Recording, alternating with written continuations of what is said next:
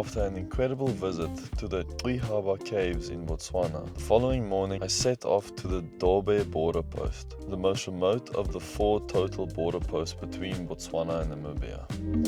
Luckily, everything went smoothly and I entered Namibia without any issues. What followed was another few hours of dirt road driving before I pulled in and camped for the night, where I was able to see some bush babies for the first time in years. The next day I got on the highway to the southwest towards a farm near Otjiwarongo, where I went to stay with an old friend, Franlo. I stayed there for a few days with the main intention to finish editing episode 1, The Journey Begins, but hit a brick wall when I tried to upload it. Since we were on a farm with limited signal and slow internet, it would naturally be a struggle, but I of course didn't worry because I had my Starlink. And that's when I found out that the Namibian government had ordered Starlink to cut all services within the country. So I effectively had another piece of equipment that had become a glorified paperweight. Yay! Being stuck with the farm's internet meant that I would literally need a week non-stop to upload the video. So I knew that I needed to get back on the road again and try find somewhere with a stronger connection. The next destination was to be the small town of Omaruru, where I hoped to find accommodation with decent enough internet. Unfortunately, that felt to be an almost impossible task because none of the places had the type of internet connection that I needed. Luckily, I did find what felt like an oasis to momentarily escape the desert around me. Of course, I had lost all my good footage of it, but fortunately, I still have a Wednesday waffle video that I had made on my phone to send to a group of friends, which gives a good summary of what I felt like at that point.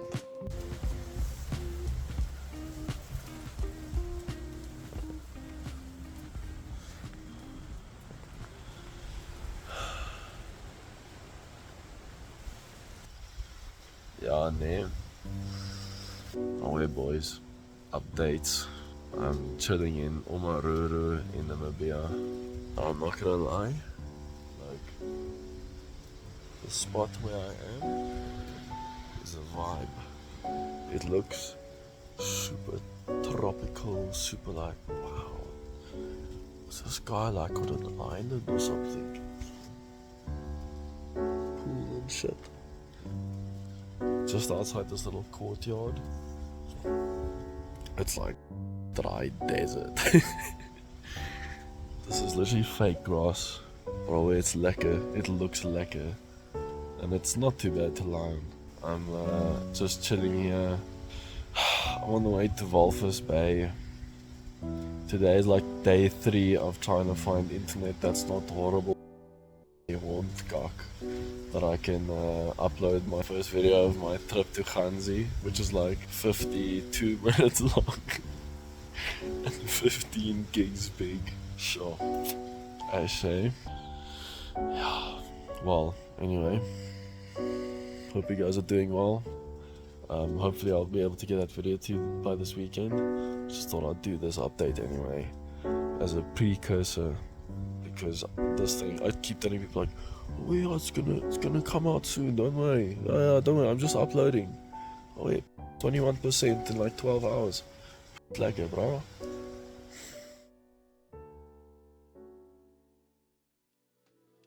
The following day, I set off to the Spitzkoppe, where I plan to camp and hopefully go for a nice hike.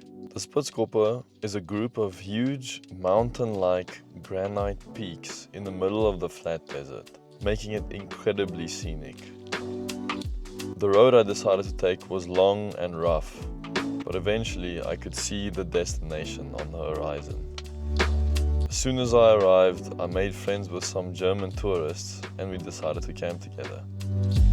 We then went for an amazing sunset climb where the views were absolutely stunning.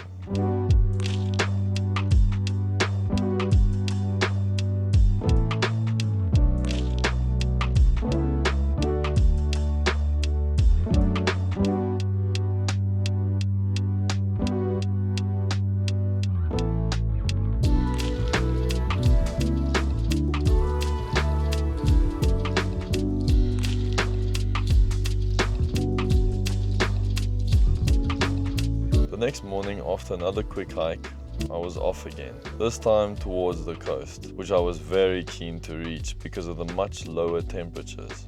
Inland where I had come from, the average maximum temperature had been around 38 degrees Celsius or more, whereas at the coast it rarely went far above 20 degrees Celsius. My destination this time would be Walvis Bay, where I spent most of the time finishing and uploading my first 3 episodes of the trip.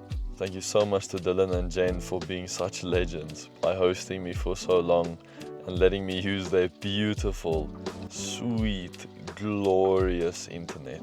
I'm so thankful that I had the time to do those videos, otherwise I may have lost all of that footage too. Though this would not be all that I did while I was there. You see, many years ago, after the first time I visited Walvis Bay, I went to climb some of the nearby dunes in between Walvis Bay and Swakopmund. I developed an absolute fascination with them and told myself that one day I would love to hike through them and spend at least one night camping in them. This time I made sure to make it happen. I was dropped off at the highway behind the dunes late in the afternoon and planned to hike the 3 or so kilometers to the other side next to the coast. And as part of my original plan, I camped a night in the dunes as well. This unfortunately meant that I needed to take a lot more equipment than I ideally wanted to carry, meaning a whole big hiking backpack loaded with 20 kilograms of equipment and food. But I made do. This experience was absolutely incredible. And I'm so happy I did it. It's incredibly sad that I lost half the footage. So grateful that the drone footage survived because it really showcases the magnificence of the dunes.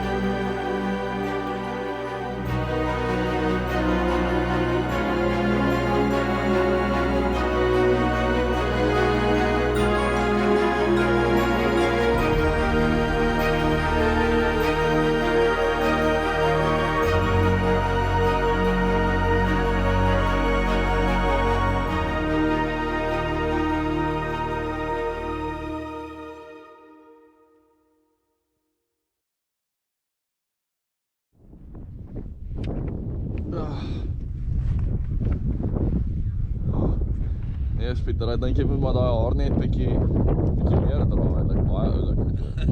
Pragtig. On my last day in Walvis Bay, I revisited the dunes with my uncle and 2 cousins, but this time on quad bikes, which is by far one of the most fun ways to experience this environment.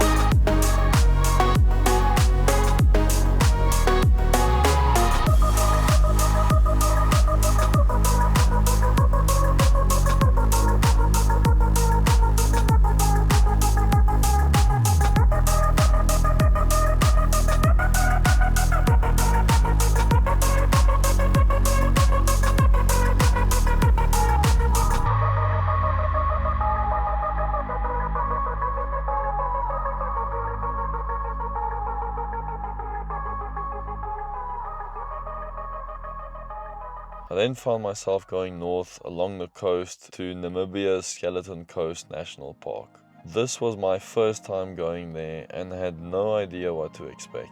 The name sounds so ominous, and when I went to research where its origins come from, it's apparently due to the abundance of whale and seal bones that used to litter the shore. Funnily enough, that is not the only name it was given. Apparently, the native San people who lived and traveled all over the Namibian desert literally named this region the land God made in anger due to how inhospitable it is. I entered the national park and only had one place where I was allowed to camp, Tora Bay. It's a small campsite that is only open 2 months a year, mostly for fishermen who come from as far as South Africa to spend some days or weeks in this cold and secluded place. Maybe not my ideal beach holiday, but I did really enjoy my experience there, especially because I met some very nice people who had come from Botswana and new friends of mine from Ganzi.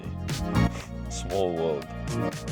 They also convinced me to travel to a place I had seen on the map but hadn't really considered visiting. A place called Epupa Falls, on the border between Namibia and Angola. It would be further than I originally planned, but from the descriptions I knew I had to make the mission. And so, the following morning, after climbing a final sand dune, I was off on the way east and then north, all the way to the border. I slept over one night at an awesome lodge where I met a South African family who were also on the way to Epupa Falls. So the next day we set off nice and early in a convoy. Fortunately, we did travel together because after a long day's travel and nearing the final stretch to our destination, the Fortuna's rear window was broken by what we believe was the corner of a folded up stretcher that was packed in the back. Feeling like MacGyver, I pulled out some black plastic rubbish bags and the trusty tape packaging buff quality tape that I bought in Zerust a few weeks prior in episode 1. Then we got to work. After an hour of struggling and some emotional support from the local village children, we finally finished our African-style makeshift window that would at least help keep as much dust out as possible. We then set off and finally reached the glorious Epupa Falls.